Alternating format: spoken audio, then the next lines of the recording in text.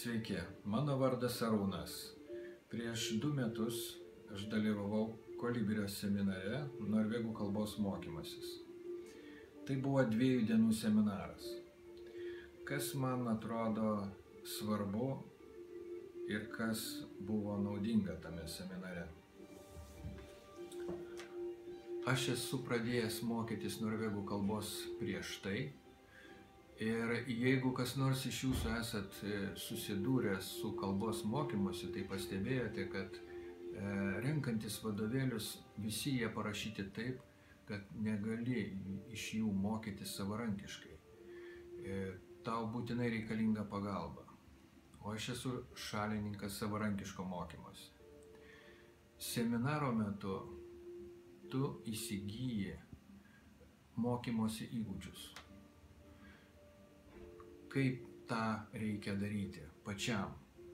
Ir po to tu gali improvizuoti, tu gali ieškoti savo stiliaus, tu gali mokytis kitos kalbos, tu gali mokytis bet kurio kito dalyko, kada tu turi tos įgūdžius.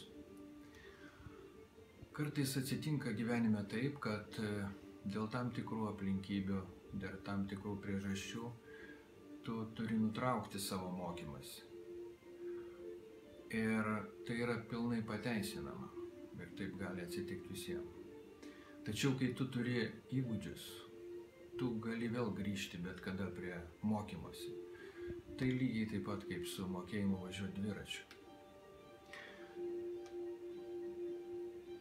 Dar yra labai svarbu, ką galima patirti seminaro metu, tai išmokti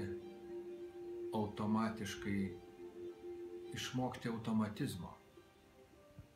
Automatizmas kalboje yra gerąja prasme, kada ilgą laiką labai intensyviai, forsuodamas mokaisi, atsiranda galimybė tam kalbos automatizmui, kada tau nereikia galvoti, dėlioti žodžių, prisiminti gramatiką, kada tu gali atsakyti klausimą arba pasakyti savo nuomonę automatiškai, iš karto.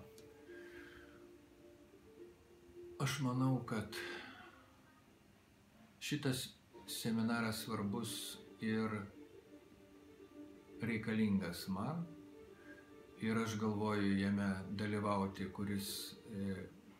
dalyvauti, nes jis bus šiek tiek ilgesnis, 7 dienų.